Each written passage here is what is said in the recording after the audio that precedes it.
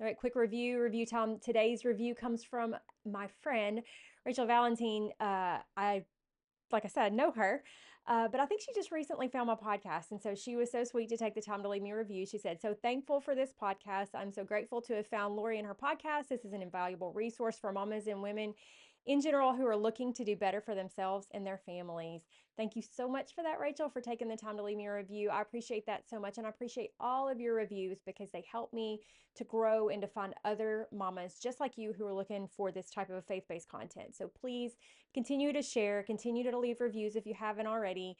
And if you haven't, just take 30 quick seconds, hop over to Apple Podcasts, leave me a quick 5-star written review so that I can find other mamas like you. Okay, on to today's episode, which is a bit of a riff, meaning I'm just kind of doing this on the fly. I didn't write out my normal full outline to remind me what to say because I had just written this review, excuse me, not this review, written this response to a mama who sent me a message on Facebook. And so this response that I sent her, when I got done with it, I even sent it to her. I said, "I think I just wrote my next podcast outline," and I did, because this information I find is not really addressed out there. We know all the what to do things. We know that if you don't have your last period, if you don't know your dates, we know that you can get an ultrasound. You know that, right? We've talked about that before.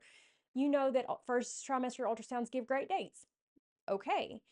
But we also know that first trimester ultrasounds aren't always the best option. And in fact, I would argue maybe are never the best option because of the potential impact they can have on our babies. And so many of you, after learning about how ultrasounds work and all that, have decided you don't want first trimester ultrasounds. You don't want to go to a practice that requires you to get a first trimester ultrasound. But what do you do if you don't know your dates and you don't want a first trimester ultrasound? Again, I know for all of you other midwives who maybe don't agree with what I'm saying, or maybe even OBs who don't agree with what I'm saying, I know that you can get good dates from first trimester ultrasounds. No question about it. I get that.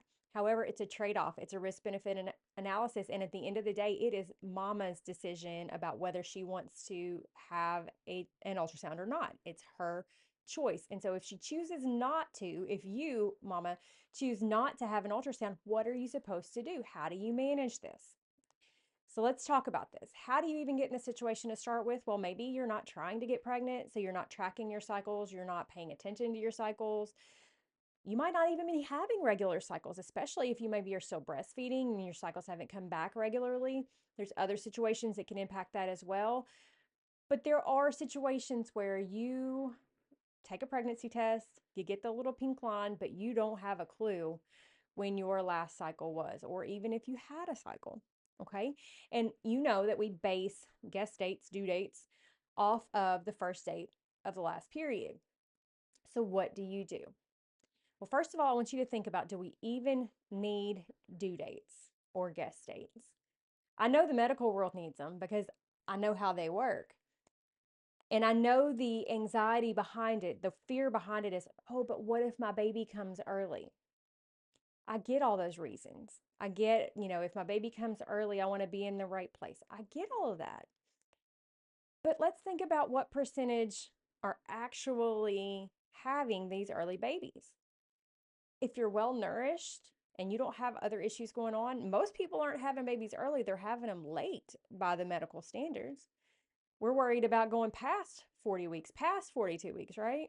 We're not worried about the early babies. So let's try to get off of the fear-based mentality of, oh, but what if my baby's early? And I'm going to give you a little bit more reason that you don't need to worry about that in just a second. I want you to look back over history. So guest dates, due dates, whatever you want to call them, were not even a thing before the 18th century. They came around in the 1700s. There was a Dutch professor who observed only 100 women, okay, 100 women. And he came up with, I guess, the average and suggested that pregnancy should be dated 9 months plus 7 days. Okay. He didn't specify whether it was from the first day of your period or the last day of your period. He just said 9 months and 7 days. Then fast forward to about 1812, that's when Nagel's rule came along, and Nagel's rule solidified this. It put it in textbooks. It made people really start doing it. And his was also right around 9 months plus 7 days. It's just a little bit longer of a calculation. And now it is 280 days from the first day of your last menstrual period. Okay. So that's about 40 weeks from the first day of your last period.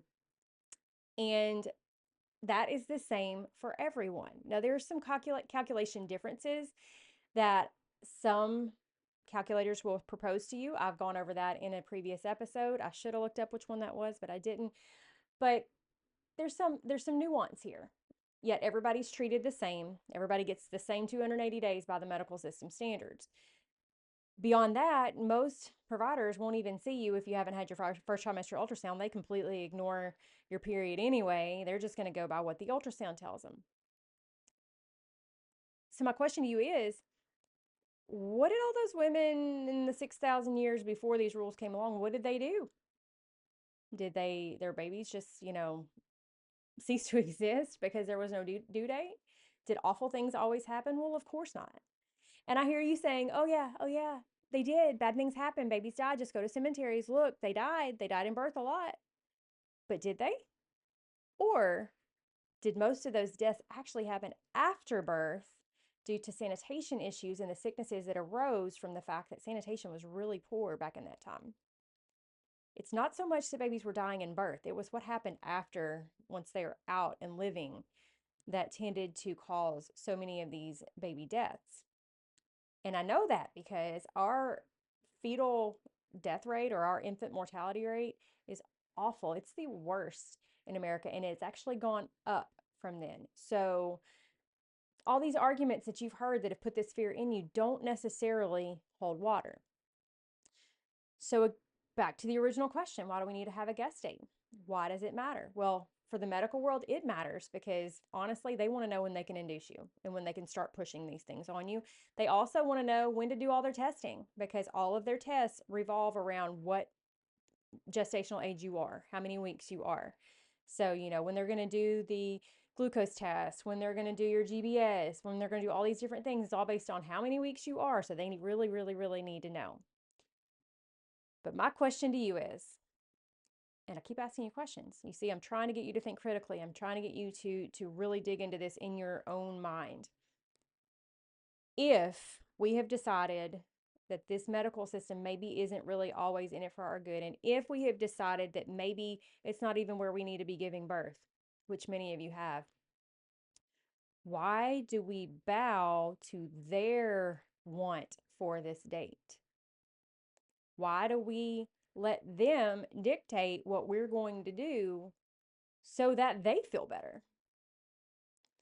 The message I got today is like the ones that I get from pretty much everybody when this question comes up, and it is full of anxiety. Lots of anxiety. Everybody's worried about not having this date that we already know isn't even all that accurate. We already know that we cannot predict the day that a baby will be born because only God knows the day that that baby will be born. We can have our guest date all day long if we want to, and that's a 5-week window, because let's say we know our date and that date is for the 40-week mark, but you can deliver 3 weeks before that or 2 weeks after that, and it's really okay. It's a 5-week window. So what good is this date really? I'm going to tell you what I told this most recent mama, and I say most recent mama because lots of y'all have asked me this question. Because as I was typing it, as I mentioned earlier, I thought about what would I do if I was in this case? I never was, but what if I was? How would I actually handle it at this point in my life? And this is not your typical medical advice, of course. What do I tell you that is typical medical advice, right? And I want disclaimer, everybody's situation is different, yada, yada, yada. You know, all the things that this can't be official medical advice. You've got to do your own due diligence, but I'm going to just tell you what I would do. So what I'm going to do is I'm going to read my response to her, and I'm going to stop at certain points to elaborate. All right. So first I thanked her and said some things like that. Her last paragraph, by the way, focused on what do I do if the baby comes early. So that, just so that you understand what I'm about to say. I said, first, your last paragraph put all the quote need to know on the low chance of preterm birth. So the need to know the date. It was all focused on what if I have an early baby. Now, this particular mom doesn't have a lot of options where she is, and she's pretty much stuck. If she's other than having a free birth, which she's not comfortable with, her only option really is to go to the hospital. Okay. So I said, if you're saying your only option is to birth at a hospital anyway, which she was, why does it matter if you're term or preterm? Think about that. And I know some of the questions that are coming to your head, but stick with me. I'm going to answer them. With the knowledge you have, which she had given me a few things where she thought that maybe it could have been this date, maybe it could have been that date. She wasn't exactly sure, but she had a guess. And I said, with that knowledge that she already has, you've got a decent window of how far along you think you are. She was guessing maybe 5 or 6 weeks. So she's got a decent guess. Usually we'll have a decent guess based on, just events that happen, maybe when we know we could have conceived and that kind of thing. I said, once you get past 20 weeks and you're having your fundus measured, let me stop there and say, if you haven't had a baby before, when you go to your prenatal appointments, they measure your fundus. Your fundus is the top of your uterus, and what they're doing is measuring with a measuring tape how many centimeters you are from the top of your pubic bone to the top of your fundus. Once you get to about 20 weeks, then that number, that centimeter number, is usually within 1 or 2 of how many weeks you are. So let's say your fundal height is 22 centimeters. That means in general, you're somewhere between 20 and 24 weeks. Okay. It's almost always in there unless you have a growth curve off of that, or maybe you have twins or something like that. But just about everybody is plus or minus 2 centimeter or 2 weeks from the centimeter number. I hope that made sense. It sounded a little confusing to me, but hopefully you know what I meant. So what I was telling her is once you get to 20 weeks, that's going to be measured. And so you're going to know if the weeks you're guessing are pretty close to what the centimeters are showing. So once you get to past 20 weeks, you're going to have your fundus measured, and you'll know how close those measurements are to what you would expect them to be based on those dates. Until then, what's the rush to run off to a provider? Now, I know this goes against all the conventional wisdom of you need to get prenatal care early. I get all of that. And maybe in textbooks that makes sense. Maybe in theory that makes sense. But in today's world, where prenatal care is only testing and running blood tests and doing ultrasounds and doing very little education, I ask you, what benefit does that prenatal care even have? Now, if you're seeing a midwife, especially a home birth midwife, who is really taking the time to educate you and really taking the time to make sure you're getting the proper nutrition and that you're understanding how pregnancy is working, yes, then there is benefit. But if you're just going to your typical OB practice where they're spending 3 minutes with you anyway, what's it really doing for you? Okay. So what's the rush? If you're going to go to a hospital-based practice, they're going to see you anyway. Okay. If you know they're going to want a first trimester ultrasound, don't go in the first trimester. That's what I would do. Again, not official medical advice, but if I was in your shoes, I wouldn't go until so let me get back to reading. Where was I? What's the rush to run off to a provider? What do they really do at this point anyway? Back to what I just said. They should be educating you, but they're not. All they're doing is testing and finding reasons for you to be, quote, high risk. They're looking at all these different tests looking for why you might be high risk, because let's get real, they think everybody is. If something is wrong at this stage, there's nothing that they or you can do about it. Okay. If you're in preterm labor at 14 weeks, there's really nothing that can be done to save your baby. And I know that sounds awful, but it's reality. There is a point before which there is no resuscitation on the outside that we can do to make your baby be okay. I know somebody out there is going to say, oh, but what about a cerclage? What about this? What about that? Even those aren't guaranteed. So up to I think it's 22 weeks is the earliest, maybe 21 and a half weeks is the earliest born baby that has survived on the outside. Before that, all you can really do is nourish yourself well, take care of yourself well, and trust God. That's all you can do. So why the rush to run off to get this prenatal care? Let me take this a little further though, because I know some of y'all are wanting to jump off ship already and be like, no, this isn't right. Stay with me. Okay, so I said if something goes wrong at this stage, there's nothing there you can do about it. So if I wake up in your shoes, what I'm doing is I'm not being seen until right around 20 weeks. Okay. I'm going to take a course like mine, the online Christian childbirth education course, and I'm going to do that ASAP because inside of that course, I can learn everything that I need to know about my nutrition right now. And I'm going to do it all. I'm going to start right now learning everything that I need to know, and I'm going to educate myself. And I'm going to do everything I need to do to take care of myself up until that 20-week point. Then I'm going to go in at 20 weeks and I will let them do that 20-week anatomy scan because, at least for me, that's what I did. For all three of my pregnancies, I had that 20-week scan. I told them to make it short. I didn't want all the details. I just wanted to make sure there was nothing incompatible with a home birth. But see, from that 20-week scan, they can do measurements and they will get dates. But the scan will give them the dates they want, but only within plus or minus 2 weeks accuracy. Which, by the way, that's all you really usually get off a due date anyway, right? So within plus or minus 2 weeks of accuracy. So anytime they want to push for induction, they really can't. Because what if you're on the early side of that date that they've guessed? So you see what I'm telling you here?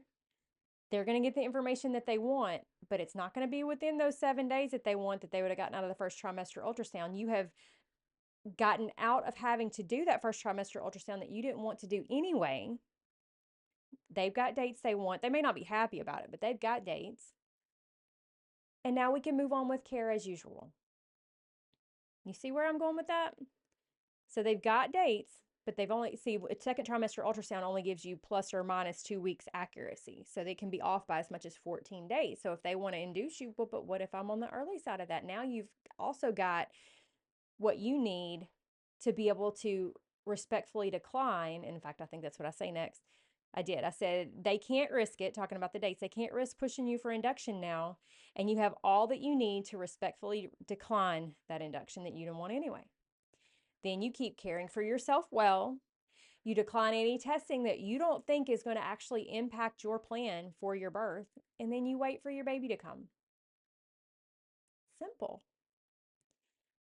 It's interesting because in some of my previous responses, and if you've written to me about this before, it may not have been that clear because it just kind of came to me as I was writing this because I was trying to think, what would I actually do now? And this is what I would do. Now, this is if I'm seeing a traditional provider. If I'm seeing a home birth midwife, it's a little bit different, but the majority of you all are still going to hospital-based practices for whatever reason. And so I wanted to give you an option for how to navigate your care. There is no requirement that you must start getting prenatal care the minute you find out you're pregnant. Some practices don't even see you until you're about 12 weeks, although these days they want you to come earlier again because they want that early first trimester ultrasound. But in those first weeks, the measurements aren't even accurate because your uterus isn't out of your fundus to be measured in these early weeks. They're not listening for baby's heart rate because they can't get it so early, at least not reliably. And they tend to not even check because if they can't get it, it might be normal, but it creates anxiety. Until about really 12 weeks or so, most practices, or at least when I was, working in a hospital, most practices were not even trying to get fetal heart rate until around 12 weeks. So we can't do measurements, we can't measure, or we can't listen to heartbeat. We're just talking about nutrition and we're drawing blood and we're doing all the tests. That's really what's happening in that first half of pregnancy. If we trust God and we believe pregnancy is normal, why are we even doing it? If we're going to traditional practices, why are we even doing it? This is an option for you. I hope it made sense. I hope it's clear to you. If it's not, I apologize. It's what happens when you riff an episode and don't really think it through and write an outline like I usually do. But I just want you guys to know that so much of what we're doing as women trying to be healthy, we're still being driven by the fear that the world has put into us based on their protocols and their practices that they believe in. And we don't believe in them. And yet we lose so much of our peace trying to fulfill them, for their needs, right? This due date that she wants. When she gets to 40 weeks or 42 weeks, she's really going to be wishing she didn't have that date, because that date is just a clock to them. It's an alarm clock that's going to go off. And for them, that means that, terrible things happen if you go to 42 weeks plus 1 day, even though that 42 weeks might actually mean 39. So, as much as I know that the advice that I've given you based on what I would do creates conflict for you with your provider, I would suggest that until we start sticking to our guns and we start really walking the talk, nothing's going to change. So if we really don't believe that guest dates matter, why are we worried so much about what that guest date is? We have signs that will tell us about what we are. Back in the old times, before due dates were a thing, women knew about when to expect their babies. They didn't know exactly, but they knew about when to expect it. And we can do that too. If we will come off of this need to please the medical system, and we will instead lean into our Father in heaven who made us and taught us what we need to know and put in us what we need to know by intuition, yet we ignore it. We've been taught it's not good, but it is. Things like when you feel your baby move, when you first feel that first movement down, feel that first movement, write it down. That date's valid. You might have a provider ask you that. When you notice, maybe like this particular mama, she noticed some bleeding that turned out to probably be implantation bleeding, and she didn't write it down. And she's trying to backtrack and figure it out. But if she had written that down, even though it was just a teeny tiny bit of spotting, that's good information. And that's your intuition. That's your body telling you what's going on. And we've been taught that it doesn't matter. Listen to your body. God tells you, or tells us through his creation and through the way that he designed us, what we can expect. But we've been taught to doubt it. And I'm telling you to trust it. Trust your Lord, trust your body, listen to your body, and stop letting the medical system steal your joy and steal your peace and create this anxiety for you. Again, I hope that helped. If this is a situation you find yourself in and you want to do things the way that I just suggested, then I highly, highly encourage you to hop into my course, the online Christian childbirth education course. It will cover everything under the sun that you need to know, including that nutrition piece, which is really what you need the most early on. And you need that as early as you can get it. So if you just got the first positive pregnancy test, now's when you need it. Or if you're trying to get pregnant, now's when you need it, so that you have that nutrition on board when that conception happens. You're going to learn in there far more than you would ever get out of your prenatal care in that first trimester anyway. So hop into that course, get the information, empower yourself to make strong choices throughout your pregnancy so that you can honor God and you can have peace and joy in your pregnancy. If you have questions, let me know. See you back here next week.